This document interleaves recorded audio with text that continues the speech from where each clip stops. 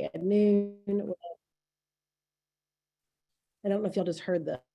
That is being recorded. We're recording, and we will be able to share this with the many faculty who were also interested in coming and couldn't today for various reasons.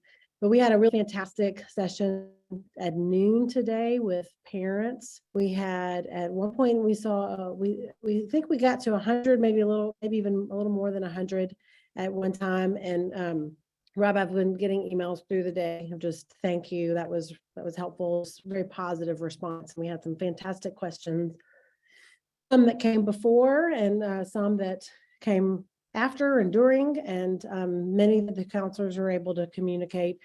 But so the way we worked with the parents at noon was a little bit more of it looked like this in meeting format of Zoom, but it was a little bit more of a webinar type format where we introduced Rob and Rob spoke, and then we had teachers submit questions, parents submit questions via the chat, and we kept it in that style. But what I hope today that we can do this afternoon is provide this space for faculty to really be in conversation with Rob, who I'm going to introduce in just a minute, a little bit formally.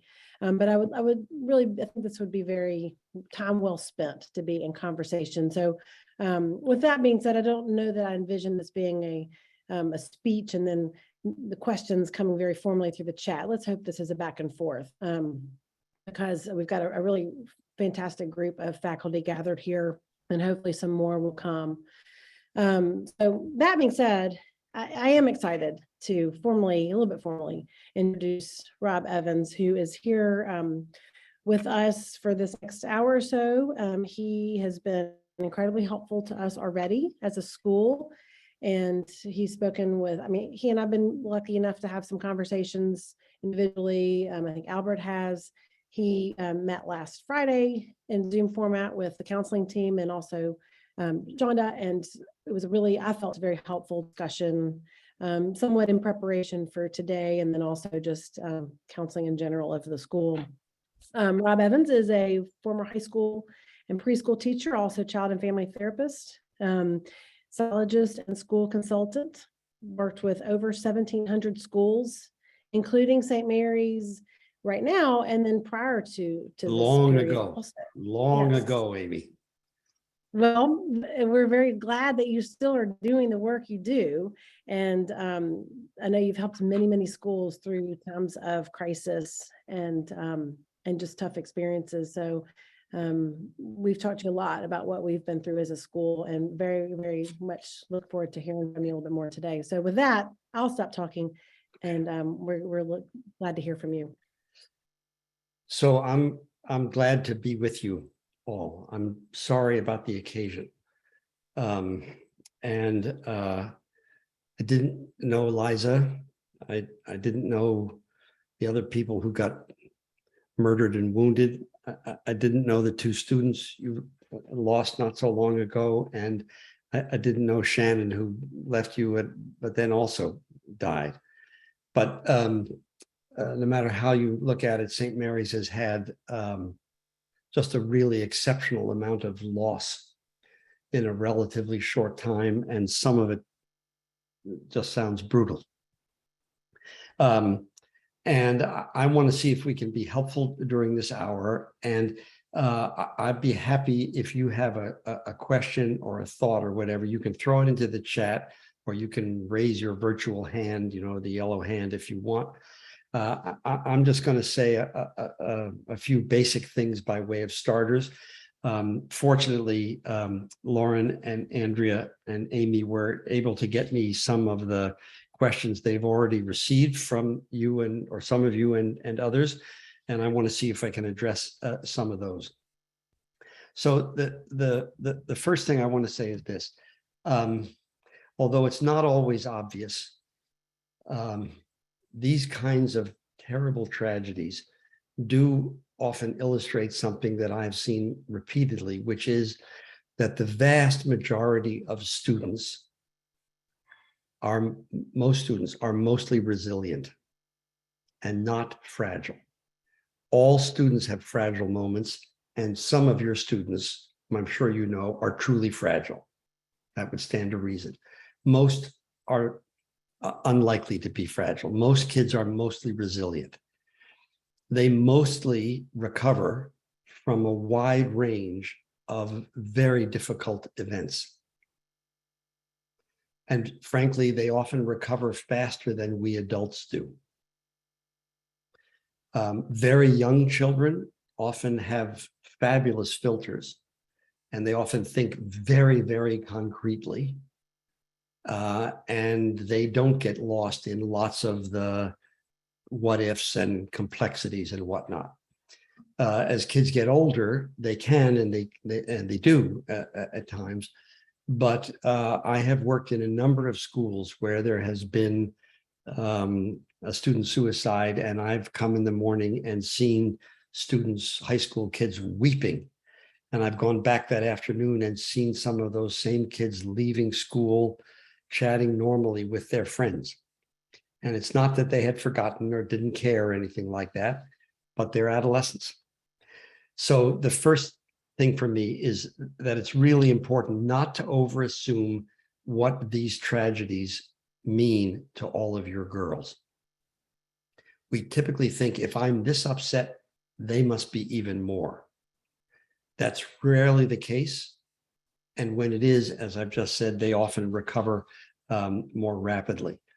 There was one question here from one faculty member about, well, what if a student doesn't seem to show any real reaction? The range of reactions is likely to vary widely. You may have already seen this in the last 2 weeks. Some kids being very close to the situation and very upset. Some kids having a much more out there personality style anyway. Other kids being more reserved or not being very close to the situation. But not reacting is not necessarily a sign of some kind of psychological problem. There is reason to worry about students who show a sustained change in their behavior, their mood, their diet, their sleep. Sometimes that will happen with a couple of kids. By sustained, I'm talking about a month. I'm not talking about 2 weeks.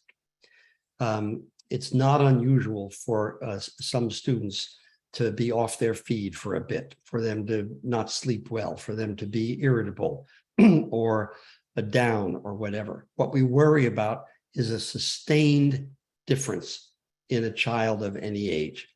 So until you see that, it's generally safe to assume that they're going to be okay for the most part. You can have a phenomenon. There is one difference that falls out along standard stereotypical gender lines. In a boys' school, when something like what you've been through happens, you're much less likely to have a lot of boys talking at length about it, just because you're likely to have boys talking about stuff at length at less anyway. With girls, you're likely to have more, and there are times in middle and high school years when it can seem like there's a kind of contagion that spreads for a while. Usually that fades away too, but it can be worrisome at the time. And if there are questions about that, we can talk about those. Speaking of questions, several people wanted to know what to do with certain kinds of questions. If anytime you get a question, especially one that feels to you either significant or in some way worrisome or like that, it's often really good not to feel that you have to provide an answer immediately. Very often as adults, we think, gosh, I can't leave the child hanging. I need to have an answer. I need to reassure her. I need to comfort her. Paradoxically, what is often much more helpful is to ask a question or two back, to be able to say something like, what made you ask? Or what were you thinking about? Or was there something special that you were wondering? And what happens then is that the student gets a chance to tell you a little more. You learn a little more about where the question's coming from, and then it's often easier to answer, rather than feeling that you have to immediately supply something right off the bat. There may be questions, maybe some of you have already gotten questions which you can't answer, that you don't, I mean, a student can say to you, why would somebody do this? I mean, what do we say to that? That's a hard one, right? Whenever you get questions like that, it's likely to make you feel inadequate. My experience has been that kids are like the rest of us. Ultimately, they are more comforted by a straight answer than a false reassurance. So to be able to say to them, I don't know, and then to ask, what have you heard? Or did you have an idea about that? And to engage them just for a couple of minutes, you find out again what motivated the question, and you learn a little more about the student, and then it becomes often easier to answer. Or even if you have to say, you know, I don't know, I think we all wonder that. And that may not sound to you like it's doing very much, but what's actually happening in that interchange is that you are joining the student, and she has a reason to feel comforted because an adult who knows her and cares about her has joined her. We had some questions this morning.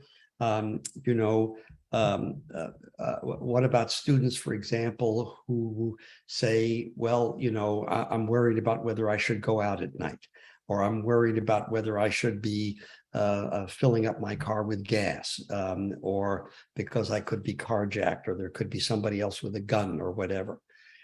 There are some things we can't entirely say, well, that's not going to happen. It just did happen. But what we can do is listen and say, gee, that sounds scary. I often like to ask a student when they have shared something like that, has anything helped you to cope? Has anything helped you to feel better? In a somewhat similar situation some years ago, some students said, well, actually, we decided we'd feel safer if we weren't alone on the street when we were walking home from school. So we walk home together. That was a great solution. Right? And again, not very fancy, but it's nice to ask them about their coping. Finally, the last thing I wanted to start off with is that it's nice to think of being able to say just the right thing, but very often we don't. And it turns out it's not really crucial. What's most crucial in these moments is your connection to your students, and not whether you say exactly the right thing in just the right words. It's the connection that matters. And in this regard, there was a question here, several questions about how do we balance wanting to continue to acknowledge students' grief and upset and concern with you know, wanting to emphasize their resilience and get to work and so on. I understand the difference. I think it's important to realize that returning to the normal routine of school is itself a comfort. One of the ways I think about awful things like Eliza's death, for example, or actually the others that you've suffered, is that it represents a kind of a rip in the fabric of continuity in a school and its community.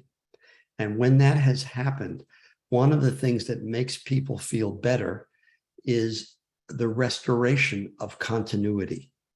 So, for example, in a school, as I'm sure you've been doing, when a horrible loss happens, and it's followed then by also another horrible, unthinkable event, we pause and we mourn and grieve and acknowledge, but then we have to do math. And the having to do math is actually something else that's comforting. And if we stop everything and we say, oh, no, I see you really can't do the math, part of what we're implicitly and unintentionally conveying can be, gee, I don't think you can do this. But the evidence when children suffer traumas of what helps them shows over and over that what helps them first is warmth and connection, which I'm sure they've been getting in abundance at St. Mary's. Second is structure and predictability. We got to do math. And the third is expectations. We need to do this, and I think you can do it, and I'm going to help you. And that combination of warmth and structure and expectations is actually restorative for kids. It's not cold, it's not unfeeling, it's restorative. So I would guess if St. Mary's is like other schools where I have had to talk in situations like, well, not many people have been through what you've been through exactly, but in very difficult situations of loss. Almost always it turns out that the faculty and the staff at the school have mostly been doing exactly what the students need. So I would guess that would be true for you too. Now, there were many more questions that I didn't mention here. And if I've already puzzled you or annoyed you or said something I should explain or defend or whatever, or you just have a question about something, you can put up the yellow hand or you can put something in the chat. For Andrea and Lauren and Amy, we can see which of those things on the list we should still get to that I didn't. I just stunned you all and you're just... No, I was giving someone a chance to speak up. No, I meant, that's what I meant. All of you on the call here. Yeah. Yeah. And if you came on the call today, you might have had a question or something you'd been wondering about and so on. And I'd love to hear it if you did, because it's unlikely that, it is likely that other people have it as well. So. We do have teachers on this call, obviously. And so, I do think there is a question I would love to have you maybe expand on about just covering sensitive and difficult topics. Yes, I didn't say anything about that. Thank you. Yes. Are there some of you on this call who have that concern about whether stuff in your curriculum might be something you're hesitant to teach because of the impact it might generate or something or cause for students? Is there somebody? Yes, Julie, is that you? Can you unmute yourself and would you tell me just a little about it, because it will help me answer? Sure thing. So I teach 10th grade literature, and so of course much of what we read is pretty sensitive. It talks about very sensitive topics, and including rape and death and killing, and all of those things are included in much of the American literature that I teach. Mm-hmm. And I find the best way forward so far, of course, this is a new experience for me, much as it is for the St. Mary's community, is just the best way forward for me with the kids seems to be to go through with them.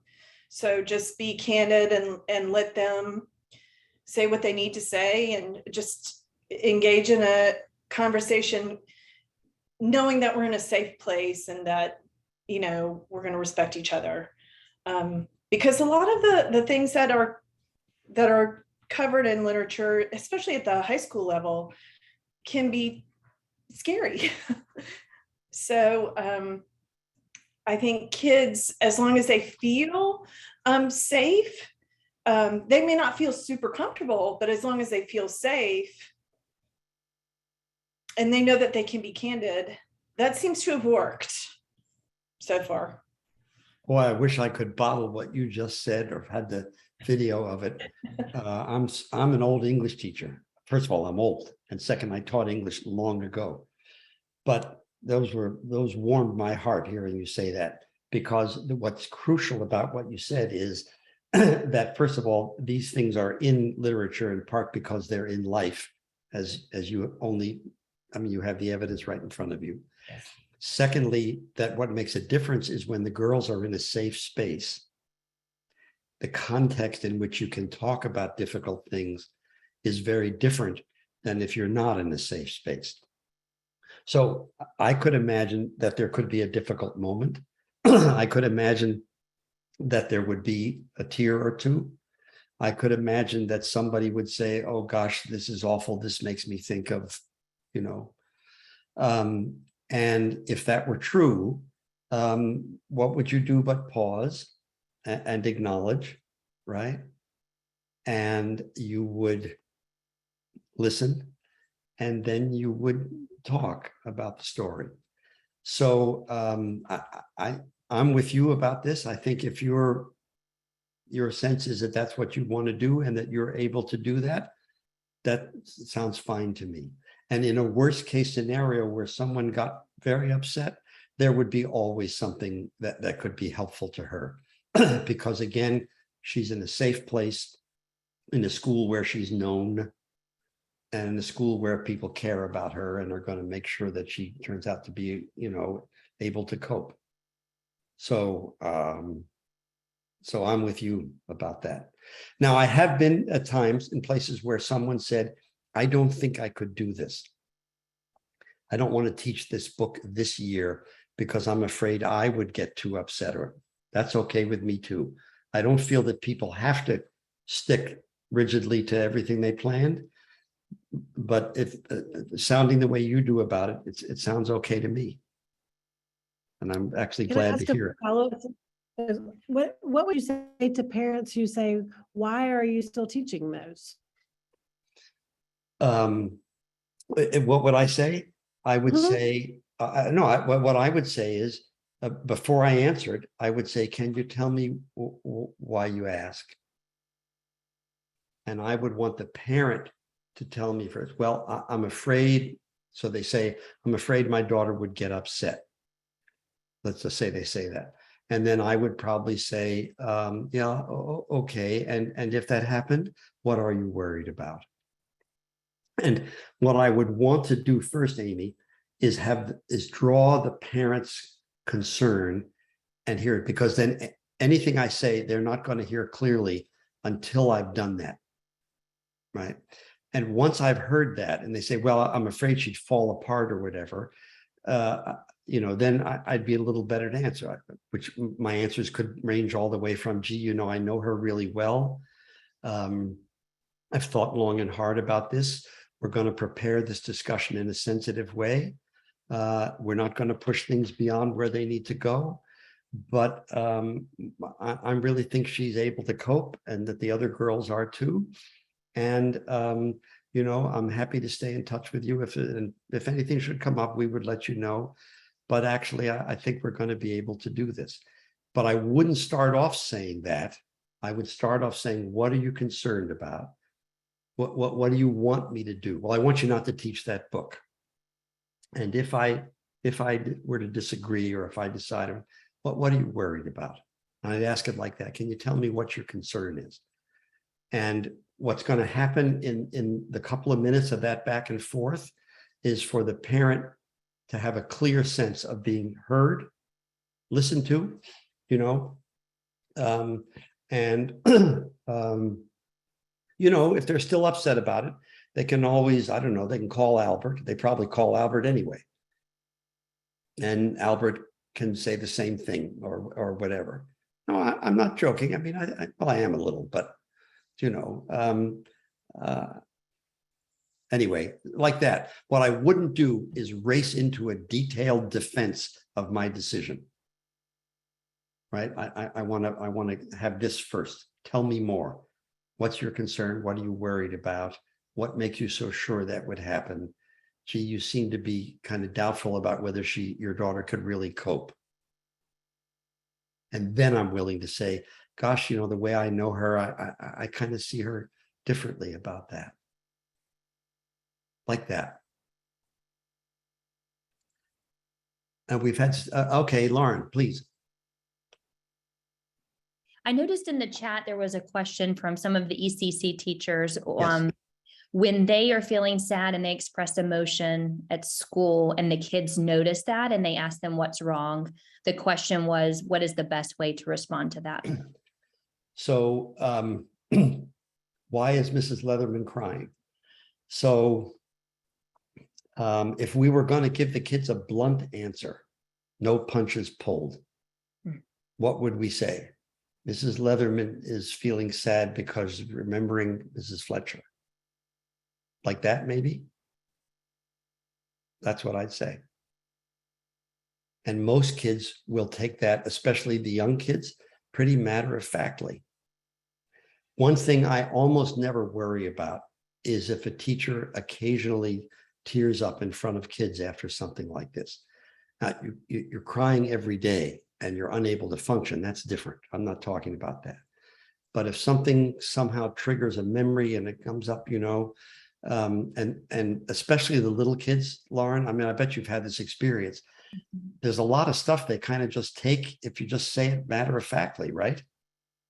And I would not worry about any negative impact on a small child if an adult is tearful over these next few weeks or something like that. I really wouldn't. And unless, if a child seems to get upset as a result of that, well, then maybe somebody should call you, Lauren, and you can talk with them or, whatever. But I would think mostly it would be all right. And I don't think it's ever awful that children of any age see that when adults are sad and grieving, they sometimes cry.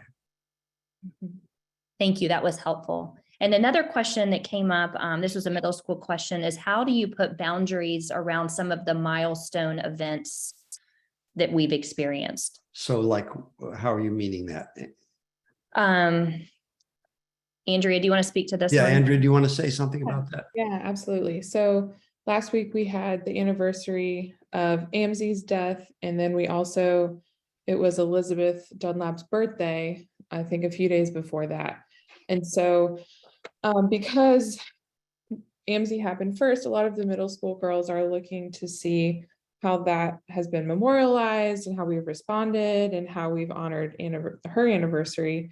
And with the differences in how they died, we're trying to figure out a way to acknowledge these anniversaries, but in ways where it doesn't get everyone off track, to where we're not rehashing old things, or maybe not old things, but basically to we're able to respectfully acknowledge, but place boundaries about that so we can keep moving forward in our routine. What would you normally do? What would we normally do with placing boundaries? No, with remembering, Amzi, for example, what would normally happen? Well, we're experiencing this for the first time, or I am in this setting. Okay. And so I think how we did do it was I think they had a moment of silence in the upper school in the morning, and then just her grade had donuts together and just were able to be together before school. Okay.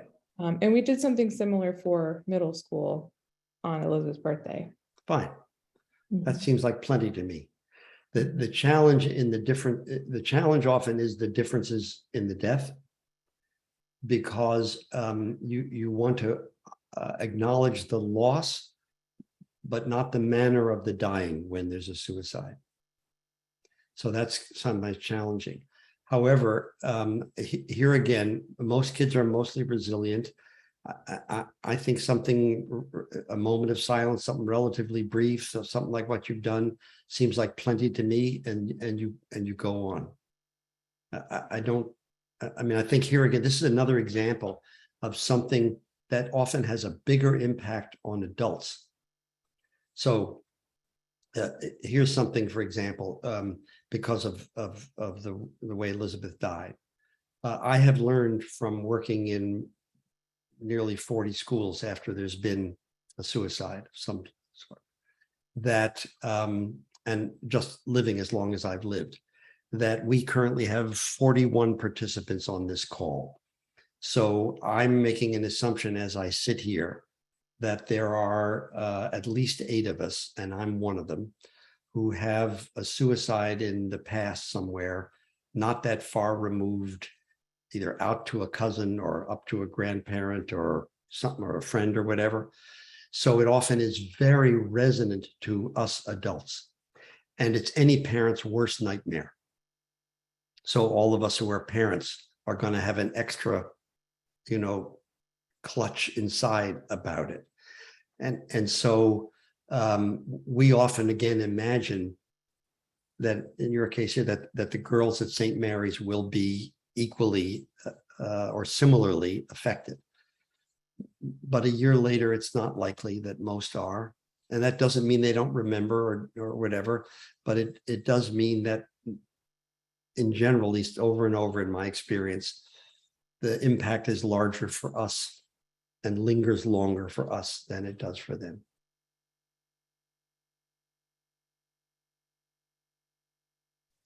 Other things I didn't get to, or that we haven't covered, that any of you on this call have been thinking about or wondering about, or that would be helpful to follow up on. I'm looking at the rest of the questions.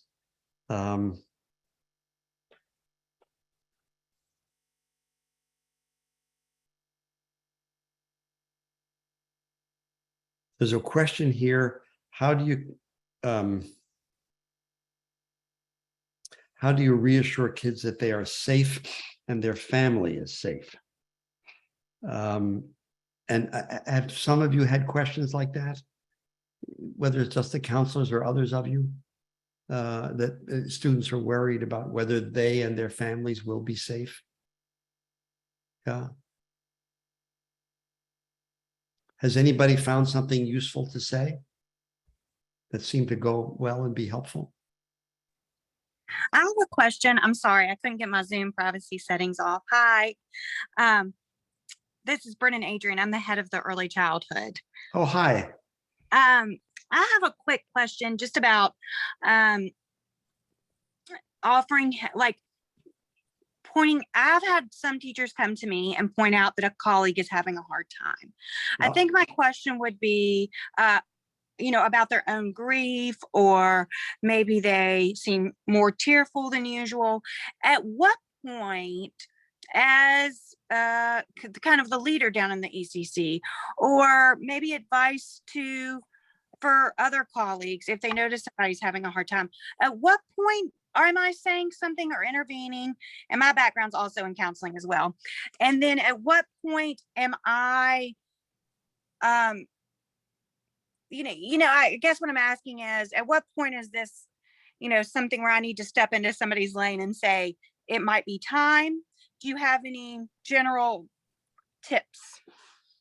So I think it would depend very much on how much of a change there has been in the teacher or the person's behavior, how much difficulty they're having functioning.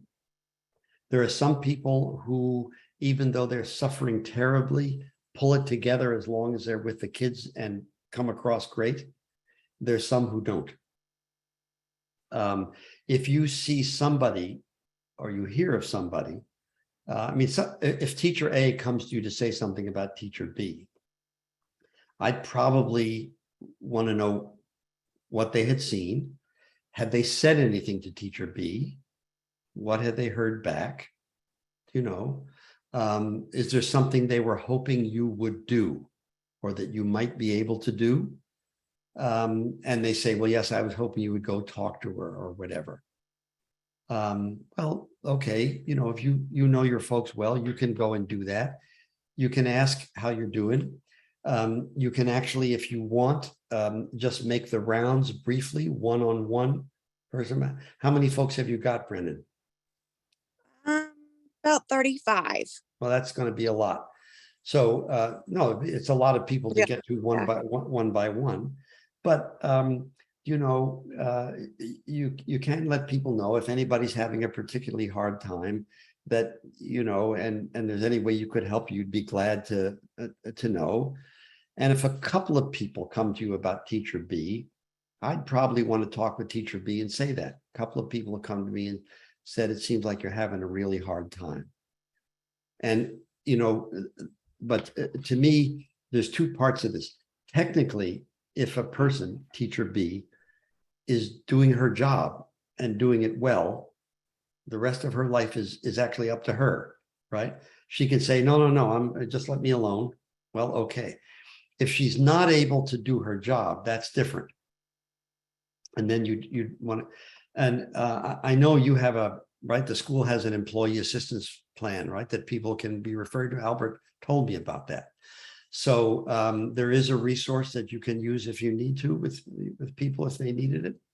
And the worst case is maybe somebody's a little annoyed that you thought they were having trouble and they don't think they are. Well, okay. We all got to cut each other a little slack here about it.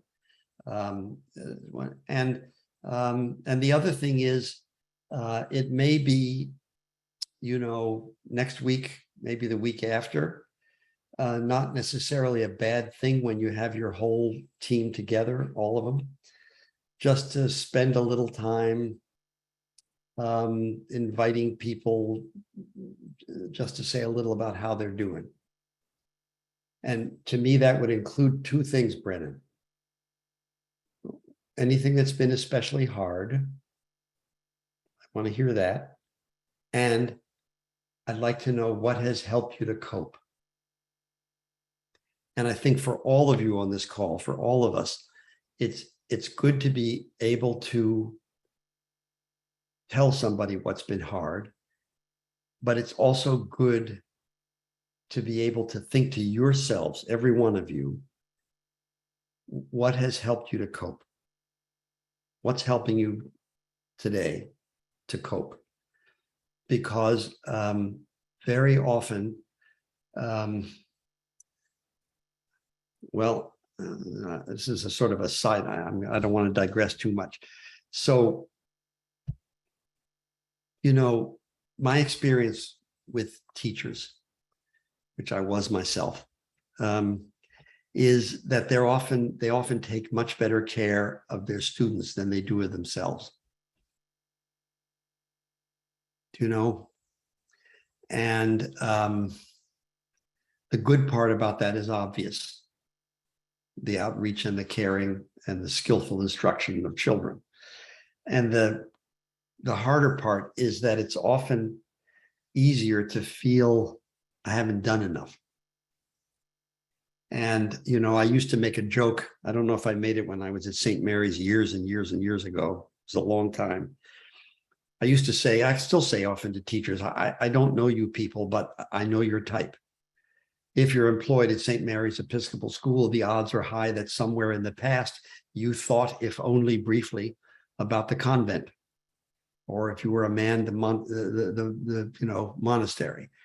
But at the last minute, as you were contemplating the full list of vows they would make you take, the chastity was too much to tolerate. So you turned away and settled for the second most sacrificial job you could find. And the door doesn't say convent, it says school. So you end up with most of the vows, not the chastity, but the poverty, the obedience, the duty, the guilt. And there are so many conscientious teachers who are so easily made to feel, I haven't done enough, I could have done more. And who take terrific care of children and adolescents. So I'm saying all this because I think it really is important at times to reflect on what has helped and how have I coped, not just where did I come up short. That was a long-winded answer. I'm sorry, Brendan, you really touched a nerve, and so I went on at great length. My apologies. Other things we haven't covered, and we should, or you counselors, are the things on the list you gave me that I haven't gotten to that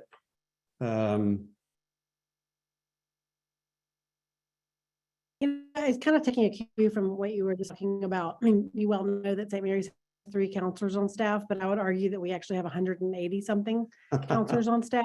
Yes. I mean, it's probably the case with many schools, and it's, St. Mary's has proven time and time again just the degree to which our community comes together in support of these girls.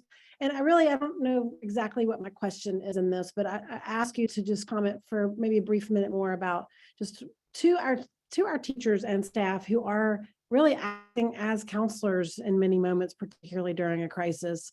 And there are times where it may be beyond what they are comfortable with. I mean, Andrea Lauren and I applied for the job and we kind of knew what was coming. But I mean, there are times where they are being asked to go beyond what feels comfortable. And I will just ask you to speak to that for just a minute. And how can we as Sure. counselors support them and how we support each other and all the things? Sure. So it's a great question, Amy. Thank you. So it is true that students will turn to the adults to whom they're close for help. And some of you are formally trained counselors and many of you are not. And I think it's possible for all of you to be helpful to students, but there are limits. And whenever any of you would get to a place where there's a question you can't answer, or a conversation with a student and the student seemed distressed, but your conversation didn't seem to be going anyplace, or the student keeps coming back to you with the same thing over and over, and it doesn't feel to you like there's progress. Those of you who are not formally counselors are not formally counselors. And I think you have every right, and indeed it makes good sense for the student, for you to take what's happening to one of the counselors and share it and talk it over. And it may be helpful, depending on what the two of you decide, to send the student to the counselor or go with the student to the counselor, and to have some way to follow through. What's very hard is to be feeling like you are shouldering responsibility for which you don't feel prepared or trained. And a school is a school. It's not a mental health clinic. It's not a hospital.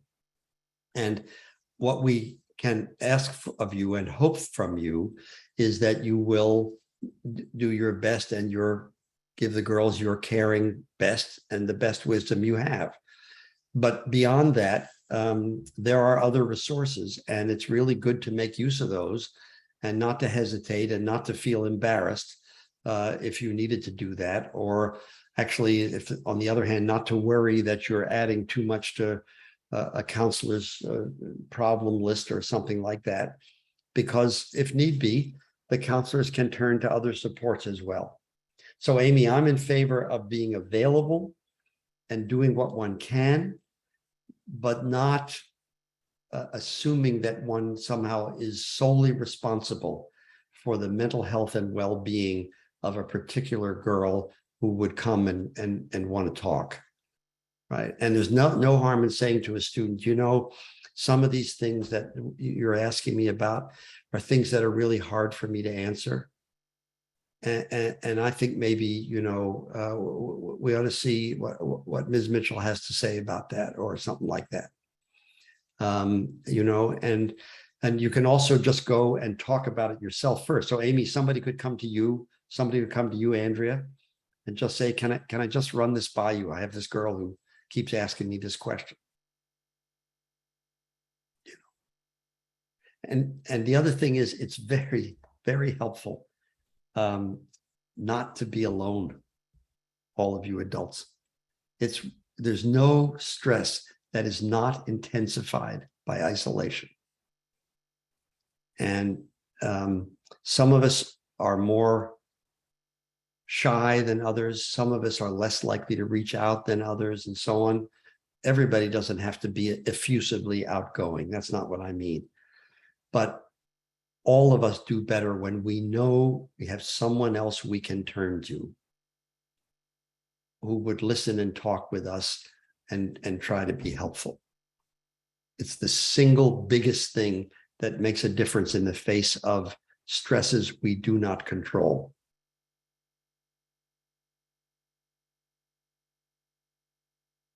Go ahead, Lauren.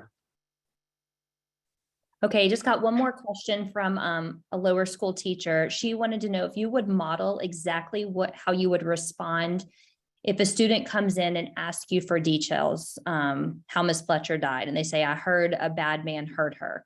Would you model exactly, if they're asking you for specific details, how you would respond in that situation? Let's see. So first, I guess I would do what I often do, which is to say, gee, what makes you ask? They say, well, I don't know. I was wondering about it. And I want to say, well, did you have a thought about that? Or have you heard something? And they say, well, yes, I heard X, Y, and Z. Now, since I don't know many details at all. I can't sort of go all the way with this.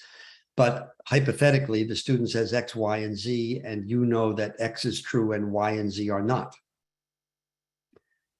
One option would be to be able to say, well, to the best of my knowledge, Y and Z aren't true. Could also say, what if that were true?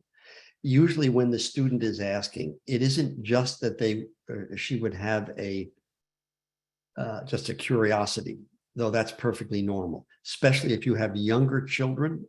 We're all curious. Anytime there's an accident on the highway, we all slow down when we go by it to see what's what. It's just human nature. But you have very little kids and they're extremely concrete about stuff like that. Years ago, many years ago, I worked in a school where a very mentally ill father actually stabbed his kindergarten-age son to death. And it was all in the papers and all over the place. And this was in the old days when art projects with clay were done with old dining room knives that were broken off into half. And you use that to cut the clay. You'd never get away with it today. And this little 6-year-old girl holds up the knife to her art teacher and says, "Is this like the knife that killed Ben?" And the art teacher said, "I thought I was going to drop through the floor." This child had a morbid curiosity. And I said, "What did you say?" She said, I said, no. And the girl said, "Oh," and she went back to the clay. She didn't have a morbid curiosity. She had a curiosity, but not morbid. And that was that. So there are some things you can be matter of fact about. If it's something you can't bring yourself to say, it's very hard. You can say, I really don't know, but I will try to find out. And then I would come to you, Lauren, and I'd say, this student asked me this, and I don't know what to say. And I'd count on you helping me, and we'd figure something out. And either I'd bring her to you, or I'd come with her, or you'd help me do. But there'd be more specifics that we know about. But the first thing I would do would be ask a couple of questions that come down to tell me more. What made you think about that? Did you have an idea? Is there something? What have you heard? Because oftentimes, especially a younger child who's heard stuff that's incorrect, it's easier to correct the misimpression than to explain the whole deal. But that said, it's a really important question, because the honest truth is there are aspects of this horrible killing that nobody wants to talk about with a child. And we don't get complete control over that, unfortunately. I wish we did, but we don't. So there's some things, it's just not, I don't think it's just realistic to say, well, we have an answer for everything. A student can see something on TV about it and, have a thought about that, and suddenly there she is. So to be honest, there could still be some difficult moments. I think it's fair to say. Another reason to make sure that none of you is alone with it.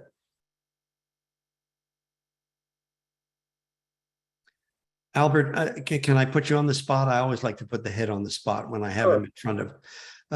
Is there something we've left out from your perspective that would be helpful, or things that people have been asking you or saying to you or whatever? Yeah, I'll ask you the same question I asked Michael, see if you get the same answer. Now, is there is this, I would call it borrowing trouble, but I've had the same thought myself, is how do we, with the number of things that we've had to deal with, there is a sensitivity that we can't bear one more thing. What if one more thing comes so quickly? I think there there's some students that are thinking that and probably more adults thinking that. And there's not, I don't know that there's really a fair question in there other than to say, how would you combat that thought? So I don't know that I could combat it, but once again, I would want to know, what were you thinking of? What are you worried about particularly? What might, well, we just couldn't stand it. You Yeah. know, if that, so I'd want to know, so like, what do you think might happen? Or Yeah. what are you worried about in some way? And say, well, we would all just start falling apart and crying. We wouldn't be able to do our teaching, and, you know, the whole upper school would fall apart or something. I don't know what a person might say, but whatever that is, I would like to know that, because then I know at least I have a better handle on how I might reply. One really specific thing, and I think it was the first one that prompted this, is students saying, I don't want to go to chapel again, because if there's one more announcement, seeing the head of school or the counselor up there, you know, I don't want to return to that place. Mhm.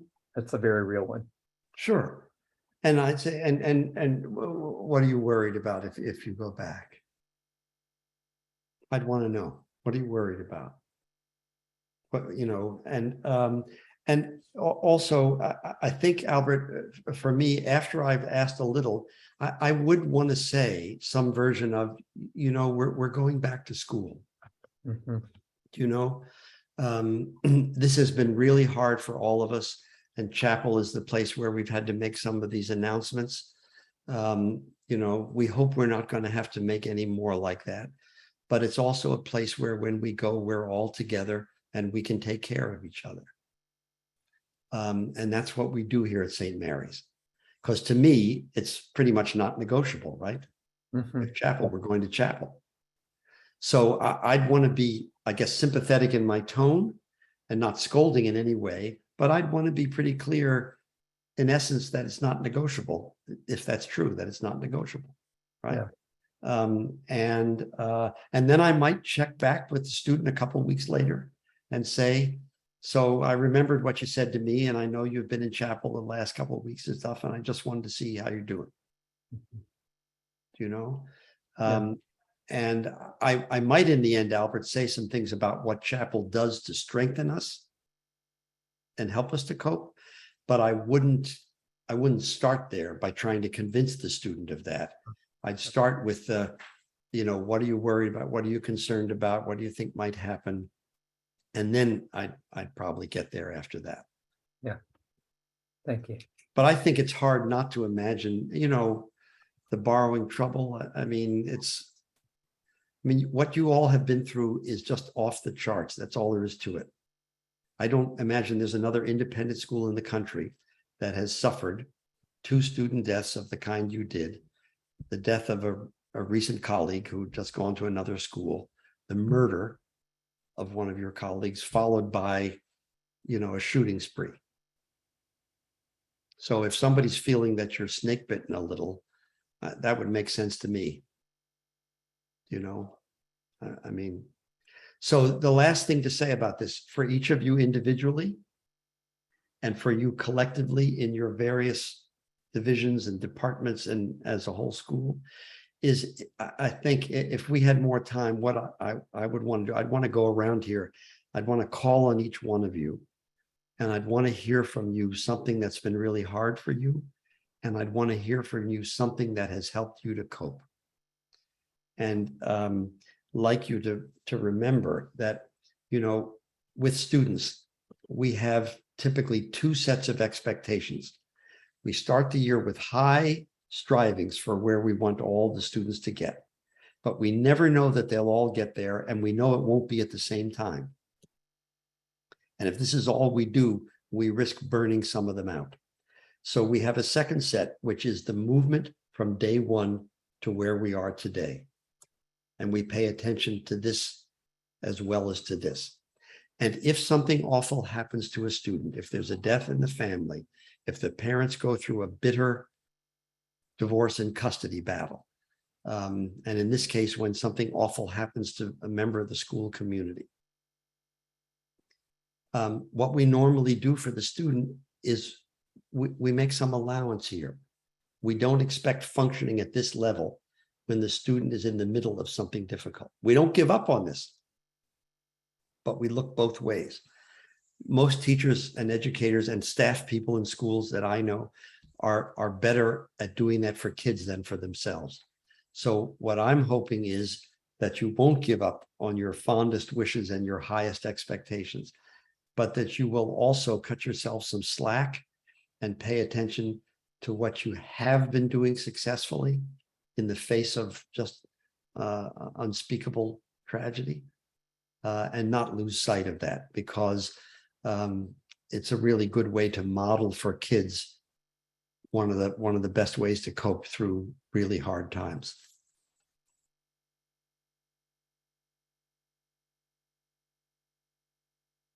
We're right at an hour, and we want to be respectful of your time and the time of everybody.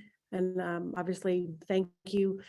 What I want to say just in wrapping up is that we have been saying over and over again, and these literally came from 3 bullet points that Lauren wrote from some notes we took on a counselor meeting during the initial part of this crisis. But we are moving through an unknown time. We are doing so together, and we are doing so in the healthiest way possible. And that is what we continue to remind ourselves of. And you have been a very big part of that, and we really appreciate what you have done for us today and beyond. So thank you very much. I'll say to faculty, counselors are still plugged in, and by all means, if questions come up or ongoing conversation is needed, we're very much here and have resources for outside referral if need be. But thank you very much. We really, really again, very much appreciate your expertise. Good luck to all of you. The absolute best. I'm just hoping for the best. Bye-bye. Thank you, Rob. Pleasure, Albert. It's a Thank you pleasure. so much. Bye-bye.